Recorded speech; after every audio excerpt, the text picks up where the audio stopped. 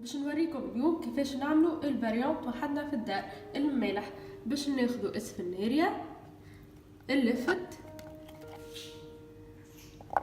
البسباس والبروكلو. شوفوا كيفاش نقصوهم وش نعملوهم، وبالطبيعه باش نحطوهم في هذايا اللي هي شرموله.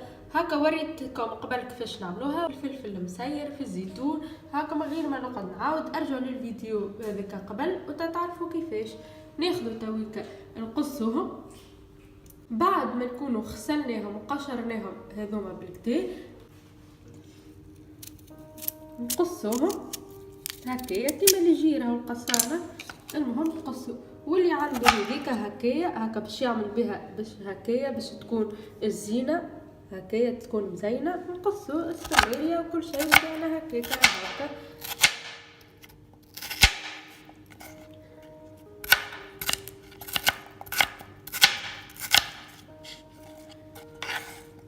ناخذوا اللفت هذا كيف هكايا. هذيك اللي عنده منه يكسينو تنجم راهو عادي بسكينه نورمال. انا هكايا هكا باش يجي المنظر المزيان.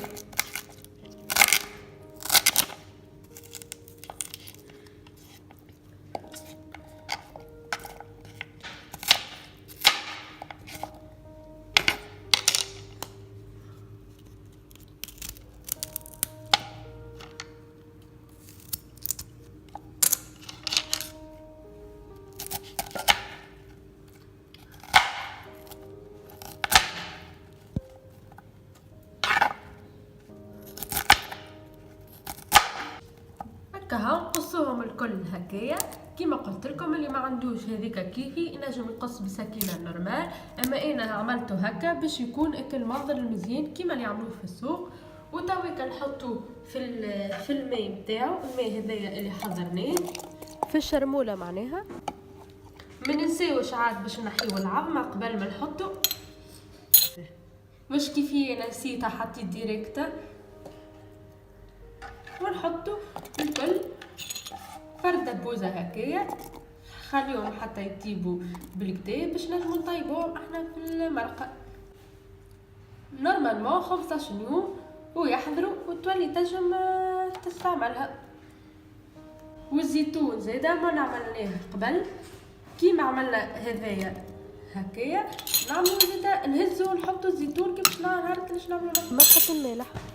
وماني وريتكم كيفاش عملنا الزيتون. نهار باش نعملو مرقة الفاريون نهزو من هذايا ونهزو من الزيتون اللي هو احنا ديجا طابلنا، وهذايا كما قلت لكم 15 يوم وتنجم تبدا تستعملوا. ونجمو نحطو معاهم الفقوس نقصوها بنفس الطريقه. بعد ما ننظفوه وكل شيء نقسموه هكاكا على اثنين ونقصوه بهذيك هكا باش يعطينا المنظر نتاع السوق، ونحطوه معاه في الشرموله هذيا.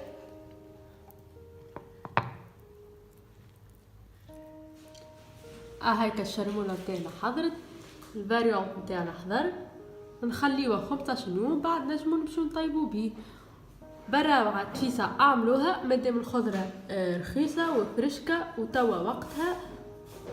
تلقاوها حتى في السفره وتلقاوها في بلاصه تمشيو تقعدوا تشريو فيها حاضره، تنجموا تعملوها وحدكم في الدار. هكا تبدا حاجه نظيفه وبنينه تعرف روحك شنو حطيت شنو ما حطيتش. وما تنساوش تعملوا جيم على الفيديو وابوني على الشين، وان شاء الله تكون عجبتكم.